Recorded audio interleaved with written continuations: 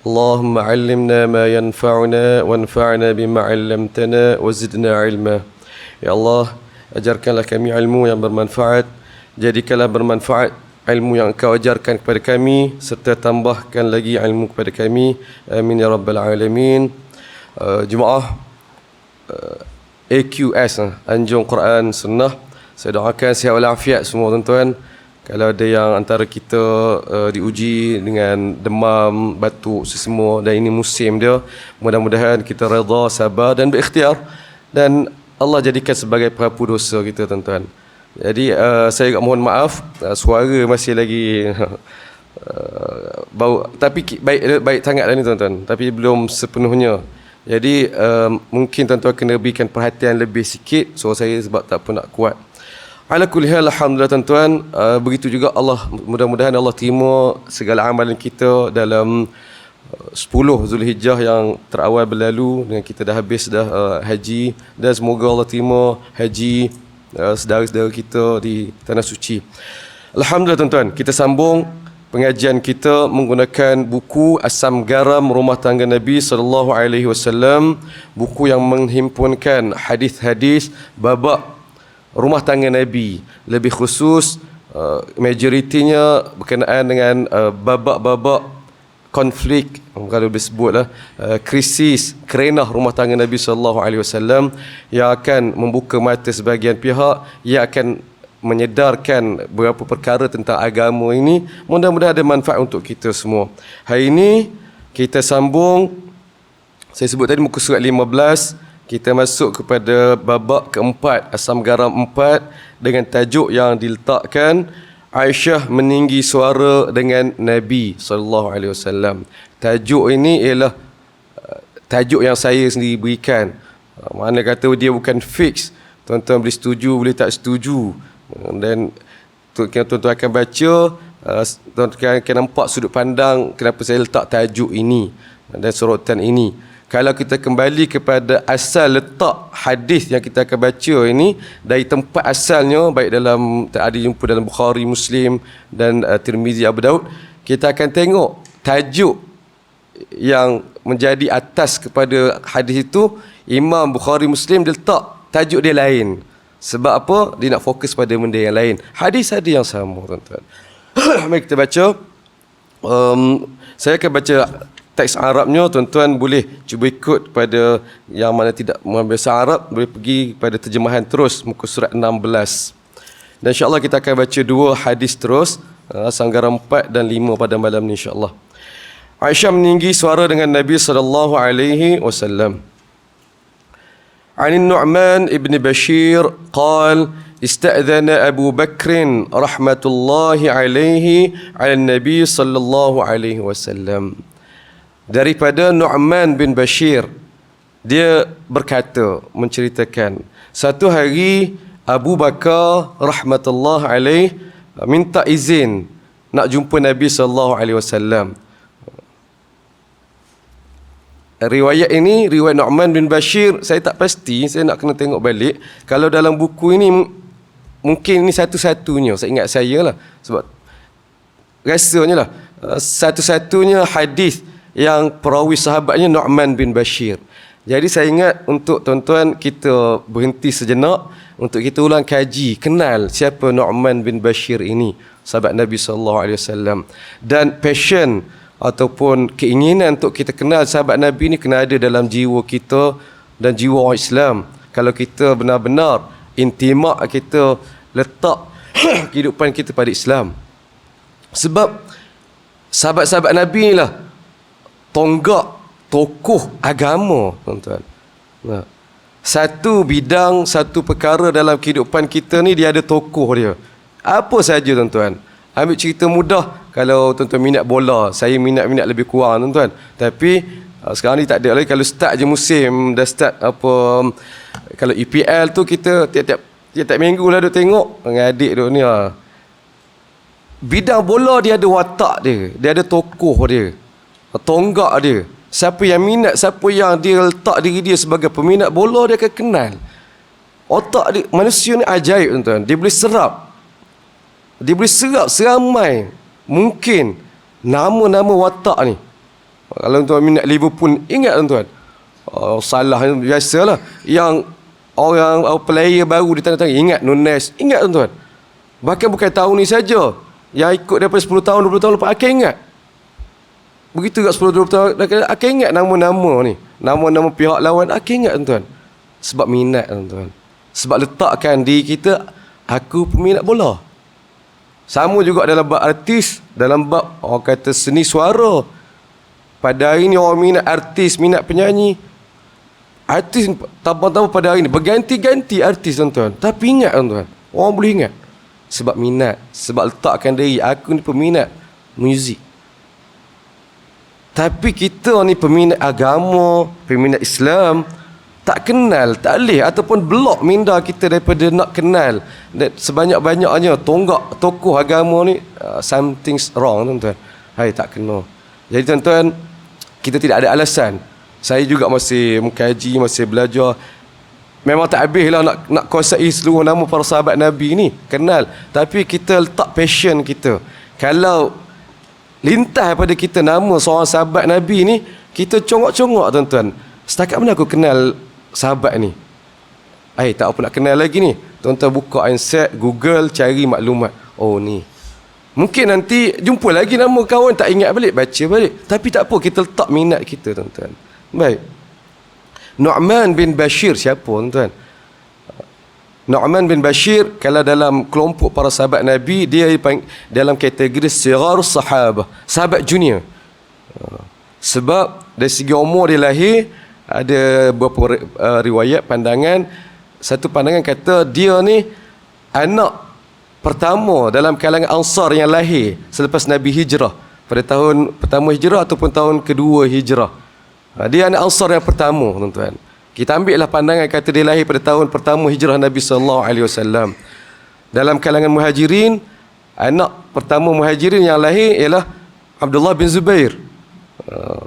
Asma, kakak Sayyidatina Aisyah, datang berhijrah dalam keadaan syarat mengandung tuan. Sampai-sampai di Madinah beranak tuan. Lepas tu jumpa Nabi SAW. Ini Muhajirin. Ansar, anak pertama mereka ialah Nu'man bin Bashir. Jadi kita letak dia lahir pada tahun 1 hijrah. Nabi wafat 10 tahun kemudian, makna kata 10 tahun sajalah hayat dia sama dengan Nabi SAW.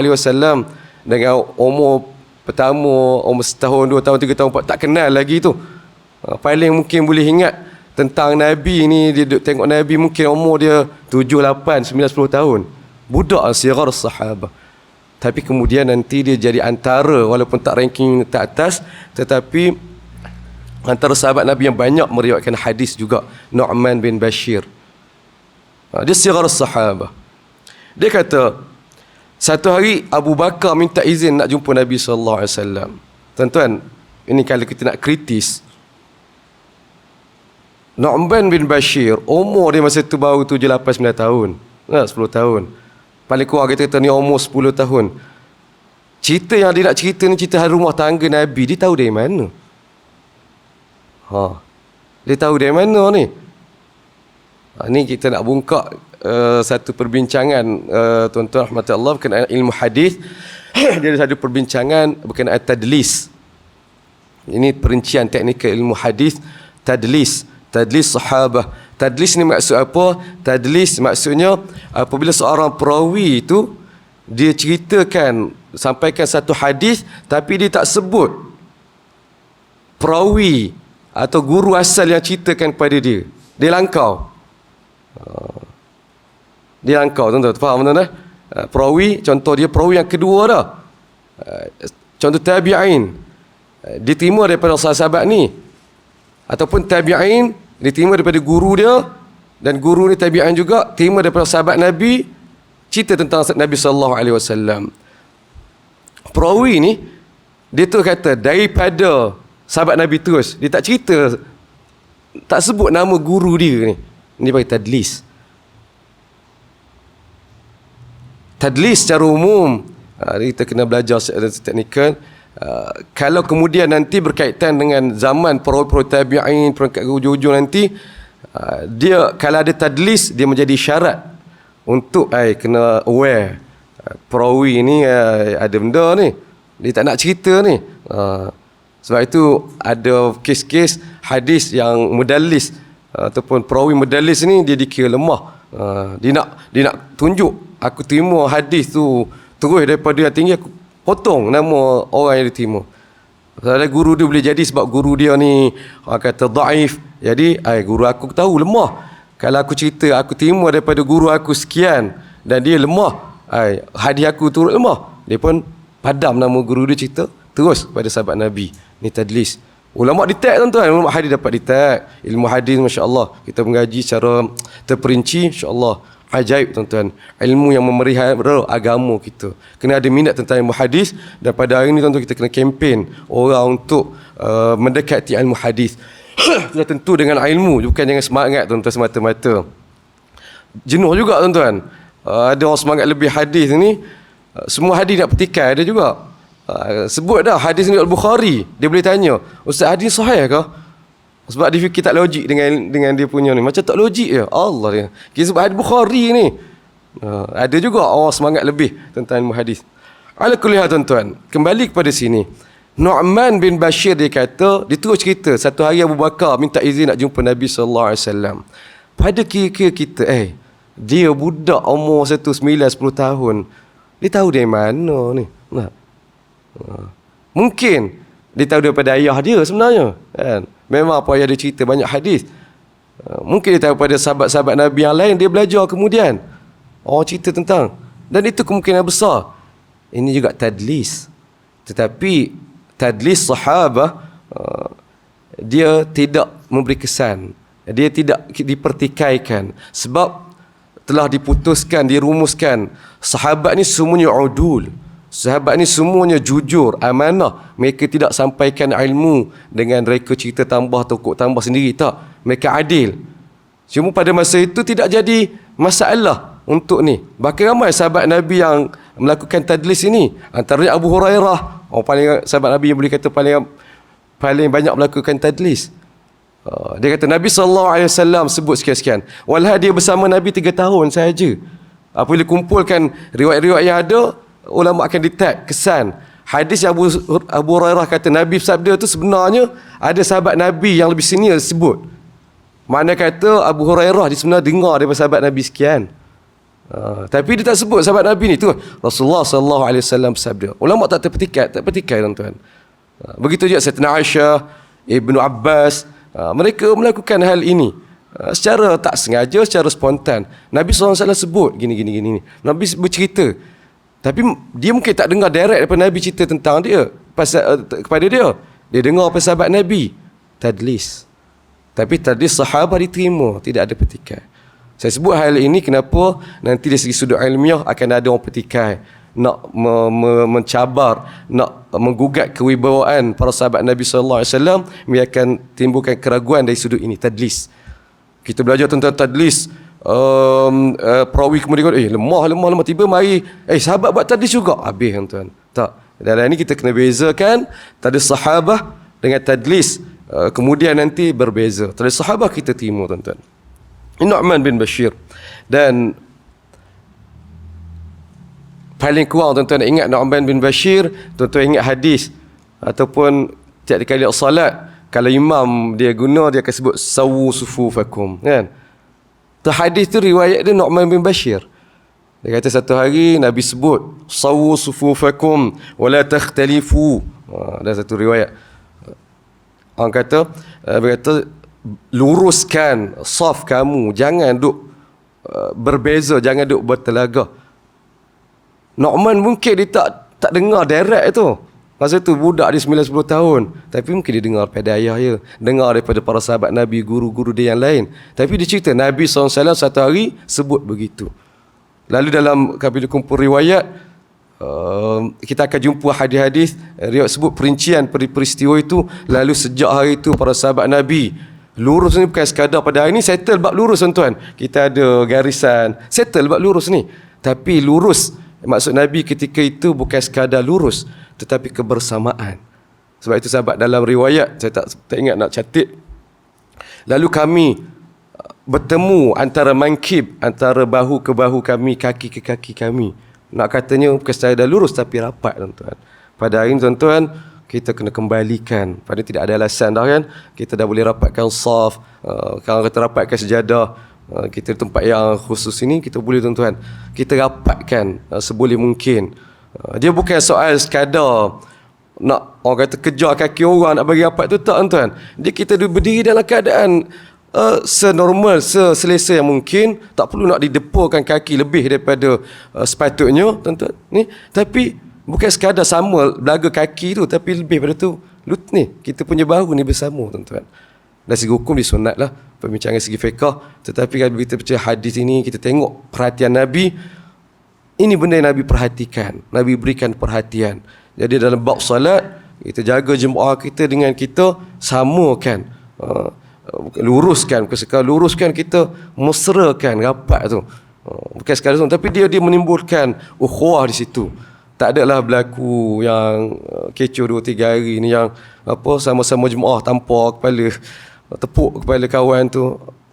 Tuan-tuan, datang masjid, sama-sama datang masjid, tapi hati ni bercanggahan. Ni sebab Nabi sebut tadi, sawufu sufufakum wala takhtalifu. Masing-masing nak berjauhan tuan-tuan. Kalau boleh lagi jauh nak selesa. Zaman Nabi tak ada aircon, duduk tengah panas. Surau masjid Nabi sallallahu alaihi wasallam itu mana ada kapet, beratapkan pelepah, suasana pula udara tuan-tuan, tapi mereka rapatkan. Itu selesa kita lah, jangan dihimpit tuan-tuan. Paling kurang tuan-tuan, paling kurang saya sebut, kita nak didik ni masyarakat, bukannya nak sekaligus payah. Paling kurang ketika kita sujud tu, bergesel bahu kita dengan orang kanan dan kiri, tu agak rapat dah tu. Ini kalau sujud pun tak bergesel tuan-tuan, depa pun tak bertemu, yang lain tuan-tuan, yang lain. Khususnya lebih dalam perempuan, saya tengok perempuan dia lagilah jarak tuan-tuan. Dia rapat-rapat dia punya ni lah. Tapi sama jarak. Kalau boleh sejadah tu yang paling luas, paling besar yang ada kat rumah itu dia bawa tuan-tuan. Nak bagi rasa ni. Tak tuan-tuan. Datang solat ini kita bawa hati perpaduan bersama-sama. Jadi tuan-tuan, hadis sawu sufufakum tu ni riwayat dia Nu'man, perawi dia Nu'man bin Bashir. Dia perawi sigar sahabah, dan ayah dia Bashir bin Sa'ad bin Sa'labah, sahabat kibar sahabah, dan dia sahabat Ansar. Ni Ansar Al-Khazraji. Ayah dia ni Al-Badri, ahli Badar. Tuan-tuan, ahli Badar ni ramai, 300, 13, 14, 300 lebih saja. Dan mereka ni adalah tonggak paling, atau generasi kelompok yang paling dihormati dalam kalangan para sahabat Nabi sallallahu alaihi wasallam. Sebut je Al-Badri, orang tabi'in tuan. Jadi cukup kalau kita belajar kenal sahabat Nabi ni, disebut dia ahli Badar, kita kena rasa besar dia tuan. Sebab zaman Nabi pun mereka dah dihormati. Jadi antara yang bertuah ialah ayah dia ni, ayah Nu'man bin Bashir. Sebab Nu'man lebih terkenal daripada ayah dia kemudian nanti pada masyarakat kita, kemudian umat kemudian. Tapi ayah dia lebih besar jasa dia ahli Badar, dan dia syahid pada zaman Sayyidina Abu Bakar pada tahun ke-12 Hijrah. Dan dia lebih besar lagi, lebih menonjol lagi masa selepas kematian Nabi sallallahu alaihi wasallam. Tuan-tuan, saya buat buku terbaru saya, Madinah Takkan Rebah, tajuk dia punya ni. Dan saya olahkan sejarah selepas kewafatan Nabi dalam bentuk yang saya nak mudahkan. Saya belajar daripada sepanjang perhasilan itu. Antara watak besar yang menonjol ketika itu tuan-tuan ialah ayah dia, Bashir bin Sa'ad ini. Sebab apa tuan-tuan? Kalau andai tidak takdir Allah SWT, Allah jaga perpaduan, bergolak tuan-tuan. Lepas Nabi wafat ni, isu siapa nak ganti Nabi, isu besar tuan. Dan sampai ke muncaknya ni, dah keluar sarung pedang, dari sarung dah, nak berperang ada antara Ansar dan Muhajirin. Kalau tidak kerana masing-masing jaga perbincangan, masing-masing tenang, menenangkan. Tu kena tahu tuan-tuan, Allah. Itu konflik pertama, konflik dalaman pertama, dan alhamdulillah kita berjaya selesai dalam masa sehari. Kehebatan sahabat Nabi sallallahu alaihi wasallam banding dengan sejarah Rum dan Parsi pada zaman itu. Setiap kali peralihan kepimpinan, Bergaduh, berperang, tuan-tuan. Raja nak turun kepada anak tu, bergaduh, berbunuhan anak sama anak. Berebut takhta. Tapi Madinah ketika itu boleh selesai dalam sehari itu sahaja. Hebat tuan sahabat Nabi sallallahu alaihi wasallam. Kaitan dengan Bashir bin Sa'ad ini, ayah Nu'man bin Bashir ini, dia ialah sahabat ataupun tokoh Ansar yang pertama bai'ah dengan Abu Bakar pada majlis itu di Saqifah Bani Sa'ad. Dia orang pertama. Lepas pada bergolak gini-gini, Abu Bakar, Umar bincang ini, tiba dia bangun. Ya Abu Bakar, ulur tangan awak. Tak ada Umar nak bai'ah, dia bai'ah dulu. Ni apa, Bashir bin Sa'ad. Dan kita kenal dia, kenal ayah dia sekali paling kurang. InsyaAllah panjang cerita sini. Ali Nu'man bin Bashir qal ista'dhana Abu Bakr rahmatullahi alaih. Satu hari Abu Bakar minta izin nak jumpa Nabi sallallahu alaihi wasallam. Tuan-tuan, saya terpaksa tak boleh nak go on, nak kita istifadah ilmu. Saya mengajar banyak tempat, buku yang sama, lebih 10 tempat. Tapi di tempat-tempat yang lain saya tak terperinci ini. Saya lebih fokus kepada isu rumah tangga tu lah. Tapi dengan tuan-tuan tak tahu kenapa dia rasa sebab tuan-tuan minat ilmu, dia jadi mencapah perbincangan dia jadi kepada ilmu, tuan-tuan. Tuan-tuan perhatikan, tuan-tuan ada teks. Apa sebutan? Ista'dhana Abu Bakrin rahmatullahi alaih. Tuan-tuan rasa pelik ya? Biasa apa tuan-tuan? Radhiyallahu anhu, kan? Tempat lain saya tak cerita, tuan-tuan. Tapi tak tengok muka tuan-tuan, saya semangat nak cerita, nak kupas hal ini. Abu Bakar rahmatullahi alaih. Kenapa tak letak radhiyallahu anhu? Itu biasa kita tahu kan? Radhiyallahu anhuma, radhiyallahu anhum untuk sahabat Nabi. Ni rahmatullahi alaih ni macam dah turun level ni. Sebab rahmatullahi alaih ataupun rahimahullahu alaih itu biasanya untuk ulama ataupun tokoh selepas sahabat kan? Tabi'in kemudian ni. Ni awak dah turunkan martabat Abu Bakar ke? Ni perbincangan.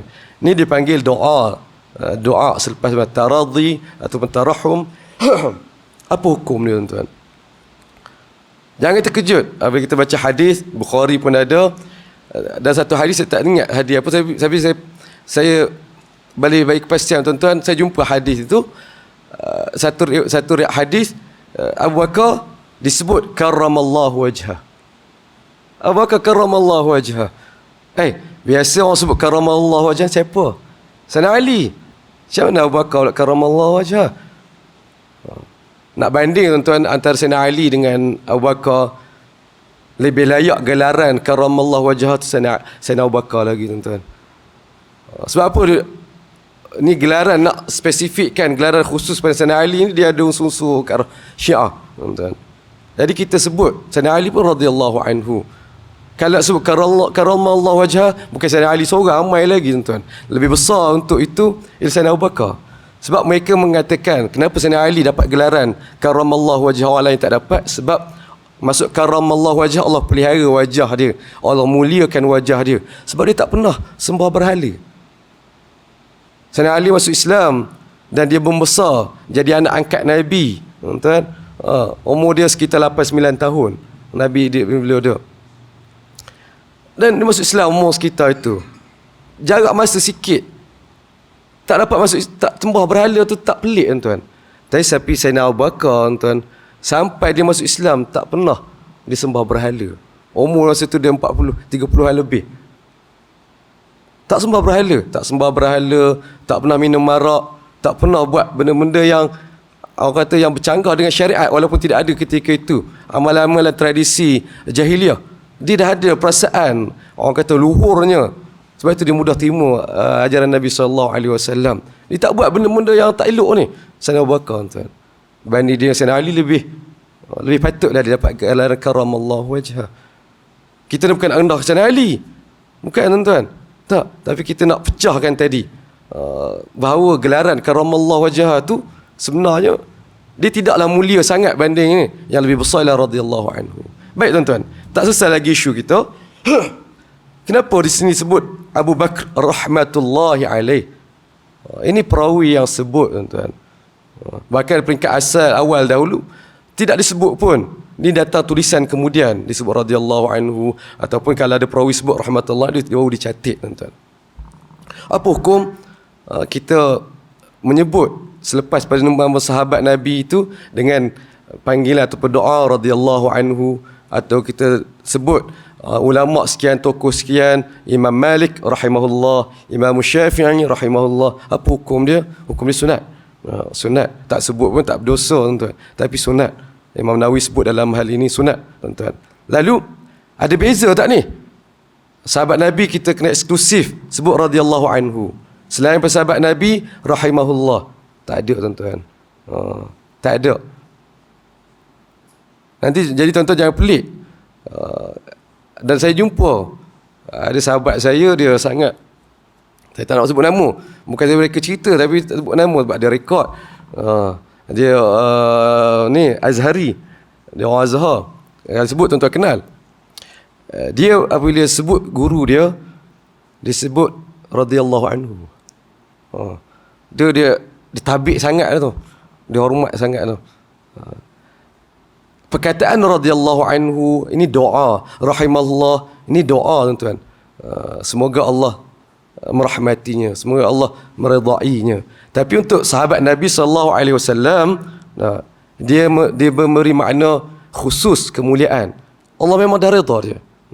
Sebab itu kena beza. Boleh tak sebut pada selain daripada sahabat Nabi radhiyallahu anhu? Boleh, dengan syarat kita sebut itu bukan sebagai kemuliaan, kepastian tu dia, Allah dah redha dia, tapi sebagai doa, semoga Allah redai dia. Boleh sebut, tuan-tuan. Boleh tak kita sebut rahimahullah untuk sahabat Nabi? Boleh. Tapi dia bukan dah jadi doa, tuan-tuan. Dia memang kepastian. Dan lebih besar daripada rahim itu ialah radhiyallah. Allah dah isytihar, tuan-tuan, bahawa sahabat Nabi ni Allah dah redha. Dan surat Taubah ayat 100. Bagi masa minum air sikit, tuan-tuan.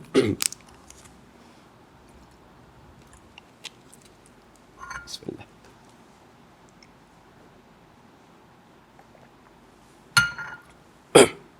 Jadi kembali kepada hadis kita, sebutan rahmatullahi alaihi ni disama dengan rahimahullah.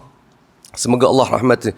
Ini kerahmatan Allah ke atasnya. Semoga kerahmatan Allah buatnya. Ini doa ataupun dah jadi untuk Sayyidina Abu Bakar, dia sebagai satu kemuliaan, kepastian. Tidak ada masalah. Bukan kita kata ni nak rendahkan Abu Bakar, kenapa tak sebut? Tidak. Ini atas pilihan perawi itu sendiri. Tapi lebih kalau kita ada pilihan, kita sebut radhiyallahu anhu. Keredaan Allah. Kita dapat redha Allah, masuk syurga nanti, tuan-tuan. Tapi para sahabat Nabi, Allah isytihar, Allah dah redha mereka atas muka bumi ini. Tuan-tuan rujuk nanti surat Taubah ayat 100. Baik. Cuma Al-Alang dah sebut isu ni, tuan-tuan. Saya nak sentuh juga isu yang pada hari ini lebih berkaitan dengan kita, ucapan kita terhadap orang mati, kan? Allah yarham, ataupun almarhum. Dia ada kaitan, saya nak berperincikan sikit. Ada pun ucapan Allah yarham, dia memang dari segi siaq dia memang itu doa. Dia tidak membawa maksud yang lain. Dia fi'il mudhari' kat situ. Allah yarham, Allah yarhamu, Allah mudah-mudahan Allah merahmatinya. Dia memang doa. Jadi orang Islam, asalkan bukan orang kafir, bukan orang fasik yang nampak jelas fasik dia,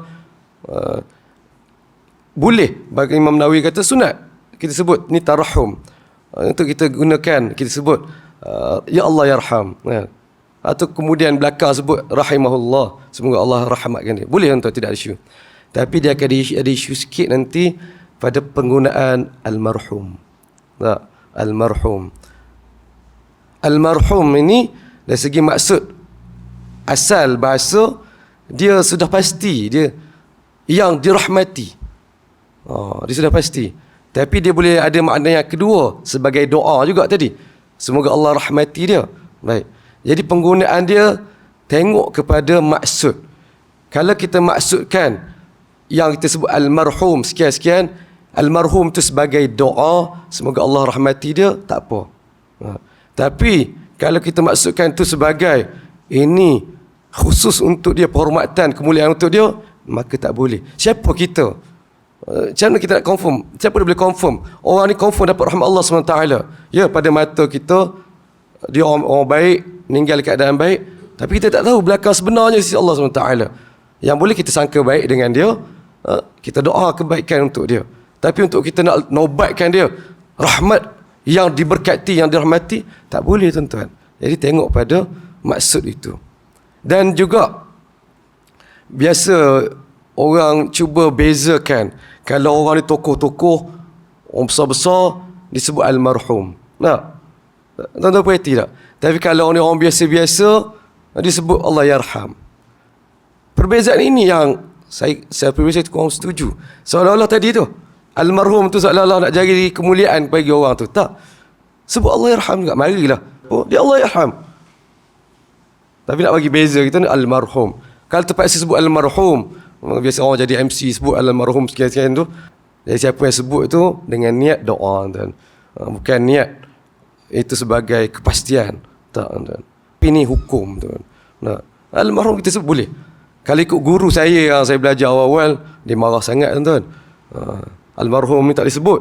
Atas dasar tadi, makna asal dia memang satu kepastian dah. Tapi apabila kita belajar lagi, tanya 2-3 orang guru, kita buat pembacaan, dia ada maksud tadi, linian di situ. Ada maksud yang kedua. Jadi tengok pada niat. Kalau ikut mula-mula guru saya tak sebut nama, tuan-tuan kenal, dia memang sangat anti bab ni. Almarhum jangan sebut. Sebab makna asal dia tadi itu. Itu. Sama juga kes sebut seorang tu dengan gelaran Asyahid.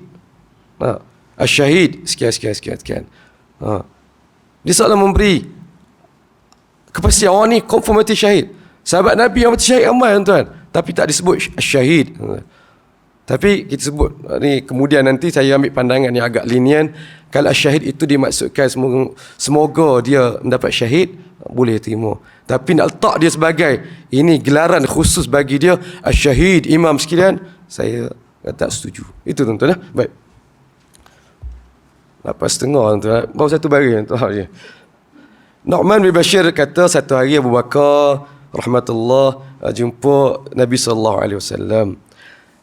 Ni nak masuk rumah tuan. Rumah Nabi tuan boleh bayangkan dekat dia macam mana dengan Nabi SAW. Rumah saya Abu Bakar pun tuan-tuan dekat dengan masjid, bertentangan. Saya ada gambar, saya boleh tunjuk. Nabi bagi masuk tuan-tuan di rumah. Rumah Nabi ni rumah siapa? Rumah Sayyidatina Aisyah. Nabi dia tidak ada rumah khusus, tahu kan? Dia tidak ada rumah khusus dia. Isteri Nabi datang, tak. Yang dimaksudkan rumah Nabi ialah hujurat Ummul Mukminin. Semua rumah Sayyidatina Aisyah, rumah Hafsah, tuan-tuan, rumah Ummu Salamah. Ni maksudnya. Jadi apa disebut nak masuk jumpa Nabi tu, rumah siapa dia masa tu? Kat sini Abu Bakar masuk nak jumpa Nabi ketika tu di rumah Sayyidatina Aisyah, tuan-tuan. Masuk tu apa yang berlaku tuan-tuan? Fasami'a sawta Aisyah 'aliyan.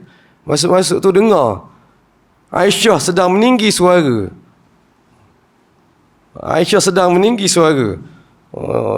Nabi kena marah tuan-tuan. Bahasa lain Nabi kena marah.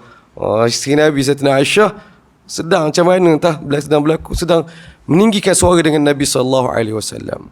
Ini realiti tuan-tuan. Ini hadis ni riwayat Abu Daud dan juga riwayat lain. Tinggi suara.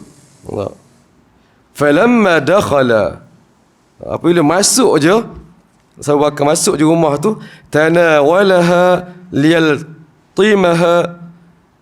Masuk dia terus melulu kepada Aisyah. Liyaltimaha, nak tampar. Dengar nak masuk tadi bagi salam. Dengar Aisyah tinggi suara dengan Nabi.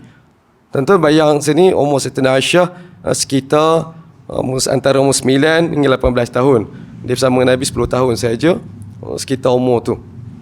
Jadi mungkin belasan tahun jadi isteri Nabi.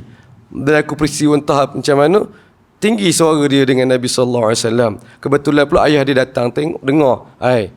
Jadi sebagai ayah, sebagai sahabat Nabi yang sangat mencintai Nabi, malu tuan-tuan. Memanglah dia mentua Nabi, tapi status tu tak pandang tuan. Dia ni sahabat, ni Rasulullah SAW. Terus tuan-tuan, ni tuan-tuan boleh bayangkan perasaan seorang ayah yang sangat marah. Terus meluru, liyaltimah, nak tampar Aisyah, nak tampar muka Aisyah.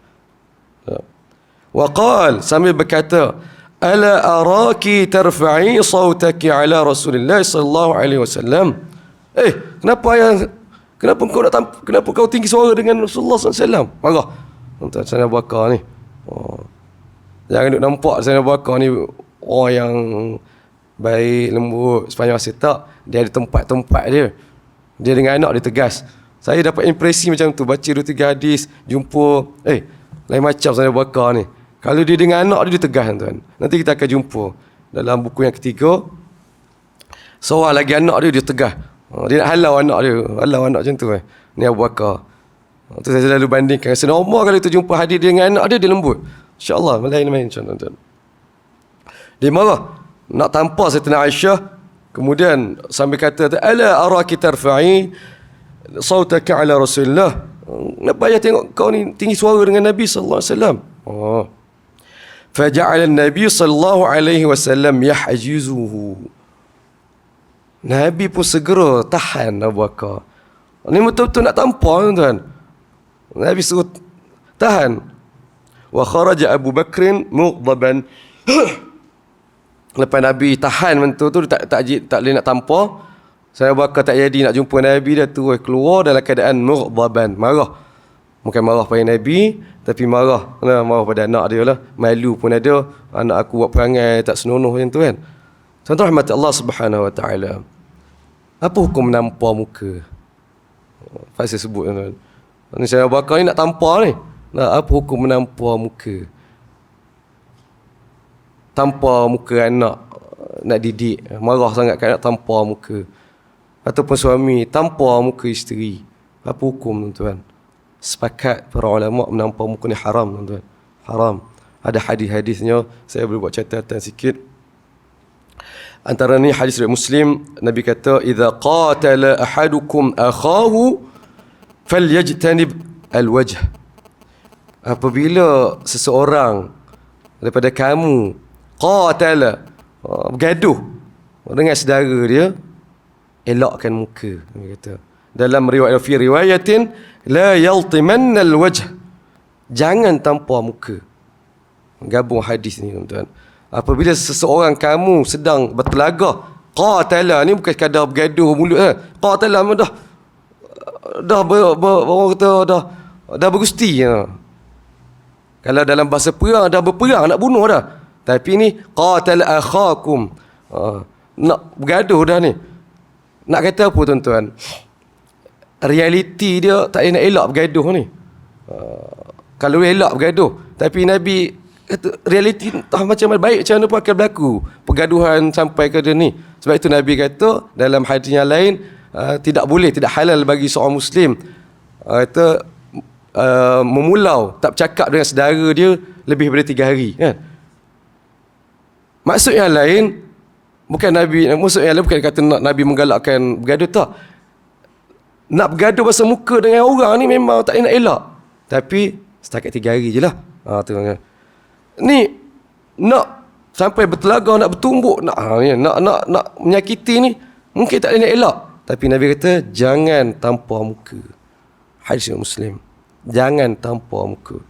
Sebab dari sini keluar hukum tuan-tuan, tampar muka atas sebab apa saja, apa lagi tumbuk tuan-tuan, haram. Dan sebenarnya ni juga ulama keluar hukum berkenaan dengan hukum orang kata main martial arts kan, seni bela, boxing dan sebagainya, yang ada main muka ni, pandangan ulama berdasarkan hadis-hadis ini, dalil ni haram tuan-tuan. Kalau tidak melibatkan muka tak apa tuan-tuan. Walhal tuan-tuan, kalau dalam boxing itu saya tak ada belajar secara serius formal, yang lebih dahsyat tuan-tuan ialah body blow ni. Tak main muka pun tak apa tuan-tuan, tapi body blow, kena liver blow ni dah tunduk dah orang tuan. Aim perut dah ni dah tuan-tuan. Itu lebih berkesan. Dia muka ni, dia kalau nak kena ni tuan-tuan, malu nak tunjuk tuan-tuan. Dia yang nak kena betul, dia kena kat chin ataupun kat sini, yang dia menggegar dia punya balance, orang tu tumbang je. Tapi sekadar nak bagi sakit tanpa pipi apa, dia tak memberi kesan, melainkan orang tu lagi marah. Apa pun tuan, muka ni kena elak. Haram tuan, dia ada kemuliaan di situ. Marah macam mana pun anak kita, marah macam mana pun isteri kita, bahkan marah macam mana pun suami kita, jangan tampar muka, tuan-tuan. Jangan tampar muka. Saya mengajar satu tempat, bukan hadis ni, tapi kebetulan berkenaan dengan bawa hadis tampar muka ni. Lepas tu seorang guru datang kata, terima kasih banyak Ustaz. Dia cerita memang dia, cikgu memang dia tampar muka anak murid dia. Sebab nak kata nak mendidik. Rupanya benda tu besar. Haram, berat. Rotan tak apa lagi tuan. Rotan kat ni, rotan pipi tak boleh lah. Tapi poin dia jangan pipi, jangan muka. Elok tuan. Dalam hadis yang lain Nabi SAW sebut, satu hari Nabi SAW, ni hadis ni dalam riwayat Bukhari juga, tapi dalam Adabul Mufrad kena sebut hadis Bukhari yang ulama sepakat sahih itu apabila memang ada dalam Sahih Al-Bukhari. Tapi Bukhari ada kitab lain. Antara kitabnya Adabul Mufrad, kitab hadis juga. Tapi standard kesahihan Abu Bukhari dia rendah sikit. Sebab itu dalam Adabul Mufrad itu mungkin ada penilaian ulama kata tu hadis ni hasan. Sebab itu kita sebut kalau hadis ambil daripada Adabul Mufrad, kita sebut riwayat Al-Bukhari dalam Adabul Mufrad. Ini hadis ni riwayat Al-Bukhari tapi dalam Adabul Mufrad. Satu hari Nabi nampak lalu depan Nabi tunggangan, tak sebut unta ataupun apa kambing, yang di muka dia ni kena cop. Orang zaman dulu dia nak tanda nak kenal, nak bagi beza dengan orang lain, apa dia cop. Ada biasa cop di belakang, besi panas cop tuan. Ni dia cop di muka. Dia cop di muka tunggangan itu. Marah sangat Nabi tuan. Nabi kata, la'anallahu man fa'ala hadha. Mudah-mudahan semoga Allah laknat orang yang buat macam ni. Nabi marah tuan. Nabi didik. Dan perkataan la'anallah, la'an ni hadis-hadis tentang laknat ini semua buat hukum haram perbuatan itu. Perbuatan yang ada kaitan dengan Allah laknat semuanya haram. Semoga Allah laknat orang yang buat ini. Marah sangat Nabi tuan-tuan. Orang yang apa? Al-Kaid, dia masa tu dia apa? Dia cok muka, besi panas di muka ni. Nak bagi beza dengan binatang orang lain. Nabi kata la yamassan ahad al-wajh. Nak cop jangan cop di muka. Wala yadribannahu. Dan juga jangan pukul muka. Masuk waktu tuan-tuan Allah. Tak habis hadis. Tuan-tuan kita habiskan juga sikit habis ni. Hadis saya sebab kita kata penting isu ni. Hadis ini terakhir tadi Nabi kata semoga Allah laknat orang yang buat sekian. Nak cop jangan cop di muka. Dan jangan tampar. Wala yadribanna. Jangan tampar muka. Haiwan pun Nabi tak bagi tampar muka tuan-tuan. Apatah lagi manusia ni saya kias. Ni kias besar tuan-tuan. Kias yang lebih ali. Maka menguatkan lagi tuan-tuan, kita jaga diri kita tanpa muka ni. Binatang tak boleh, apa lagi manusia, anak, isteri, suami, elakkan tuan-tuan. Baik. Jadi Sayyidina Abu Bakar, perbuatan Sayyidina Abu Bakar ni, ya, Sayyidina Abu Bakar sahabat Nabi, dia ada kesalahan, dia ada orang kata ketelanjuran sebagai manusia, ya. Dia tidak merendahkan sekali-kali pun orang kata martabat Sayyidina Abu Bakar, tetap sebagai sahabat Nabi yang terbaik, tapi sebagai manusia ada ketelanjuran dia yang salah-salah lah. Tapi sahabat Abu Bakar ni tuan-tuan, hebat dia banyak sahabat Nabi yang lain tak pernah sekalipun dia buat benda yang menyakiti hati Nabi sallallahu alaihi wasallam. Nabi akui.